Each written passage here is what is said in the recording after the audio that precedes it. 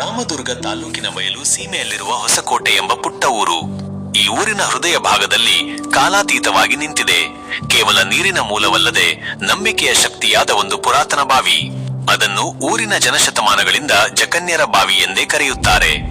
ಬಾವಿಯ ಗೋಡೆಗಳಿಗೆ ಅಪ್ಪಿಕೊಂಡಿರುವ ಹಸಿರು ಜೊಳ್ಳೆಗಳು, ಮೇಲ್ಭಾಗದಲ್ಲಿ ಹರಡಿ ನಿಂತಿರುವ ವಿಶಾಲ ಕಲಾಡ್ ಹುಣಸೆ ಮರ ಇವೆಲ್ಲವೂ ಈ ಸ್ಥಳಕ್ಕೆ ಒಂದು ದೈವಿಕ ಗಾಂಭೀರ್ಯವನ್ನು ತಂದಿವೆ.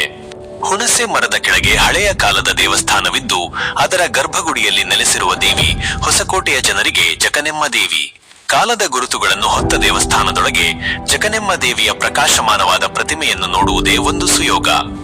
ಜಾತ್ರೆಯ ಸಂಭ್ರಮ ಮತ್ತು ಮೆರವಣಿಗೆ. ಪ್ರತಿ ವರ್ಷ ಜಾತ್ರೆಯ ಕಾಲ ಬಂದಾಗ ಹೊಸಕೋಟೆ ಹೊಸ ಚೈತನ್ಯ ಪಡೆಯುತ್ತದೆ. ಮೊದಲಿಗೆ ಬಾವಿಯ ಬಳಿ ಊರ ಹಿರಿಯರು ನೆರೆದು ಮಹಿಳೆಯರಿಂದ ನೀರನ್ನು ತರಿಸಿ ಬಾವಿಗೆ ವಿಶೇಷ ಪೂಜೆ ಸಲ್ಲಿಸುತ್ತಾರೆ. ನಂತರ ಮೆರವಣಿಗೆಗೆ ಸಿದ್ಧತೆ ಶುರುವಾಗುತ್ತದೆ. ಎತ್ತುಗಳ ಶೃಂಗಾರ. ಜಾತ್ರೆಯ ಮುಖ್ಯ ಆಕರ್ಷಣೆಯಾದ ಎತ್ತುಗಳಿಗೆ ಕೆಂಪು, ಹಳದಿ, ಹಸಿರು ಬಣ್ಣಗಳಿಂದ ಶೃಂಗಾರ ಮಾಡಲಾಗುತ್ತದೆ.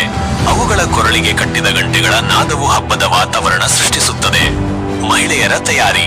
ಮನೆಯ ಮಹಿಳೆಯರು ಸೀಮೆಗೇಲಿ ಹೂವುಗಳಿಂದ ಅಲಂಕರಿಸಿದ ಮಣ್ಣಿನ ಮಡಕೆಗಳನ್ನು ಹೊತ್ತು ಮೆರವಣಿಗೆಯಲ್ಲಿ ಸೇರಿಕೊಳ್ಳುತ್ತಾರೆ. ಮೆರವಣಿಗೆ ಈ ರೀತಿ ಸಂಪೂರ್ಣವಾಗಿ ಸಜ್ಜಾದ ನಂತರ ಊರ ಹಿರಿಯರು, ಮಡಕೆ ಹೊತ್ತ ಮಹಿಳೆಯರು ಮತ್ತು ಶೃಂಗಾರಗೊಂಡ ಎತ್ತುಗಳು ಎಲ್ಲರೂ ಒಟ್ಟಾಗಿ ದೇವಿಯ ನಾಮಸ್ಮರಣೆ ಮಾಡುತ್ತಾ ಊರಿನ ತುಂಬೆಲ್ಲ ಭಕ್ತಿಪೂರ್ವಕವಾಗಿ ದೊಡ್ಡ ಮೆರವಣಿಗೆ ಹೊರಡುತ್ತಾರೆ. ಬಾವಿಯಲ್ಲಿ ಮಡಕೆಗಳ ವಿಸರ್ಜನೆ. ಊರಿನ ತುಂಬ ಮೆರವಣಿಗೆ ಮುಗಿದ ನಂತರ ಎಲ್ಲರೂ ಮತ್ತೆ ಬಾವಿಯ ಬಳಿಗೆ ಹಿಂತಿರುಗುತ್ತಾರೆ. ಬಾವಿಯ ತುದಿಯಲ್ಲಿ ಎಲ್ಲರೂ ನಿಂತು ಶಾಂತ ವಾತಾವರಣದಲ್ಲಿ ಮಣ್ಣಿನ ಮಡಕೆಗಳನ್ನು ಪೂಜೆ ಮಾಡಿ ನಂತರ ಆ ಮಡಕೆಗಳನ್ನು ಒಂದರ ನಂತರ ಒಂದರಂತೆ ಬಾವಿಯ ಆಳಕ್ಕೆ ಬಿಡಲಾಗುತ್ತದೆ. ಆ ದಿನ ಜಾತ್ರೆ ಮುಕ್ತಾಯಗೊಳ್ಳುತ್ತದೆ.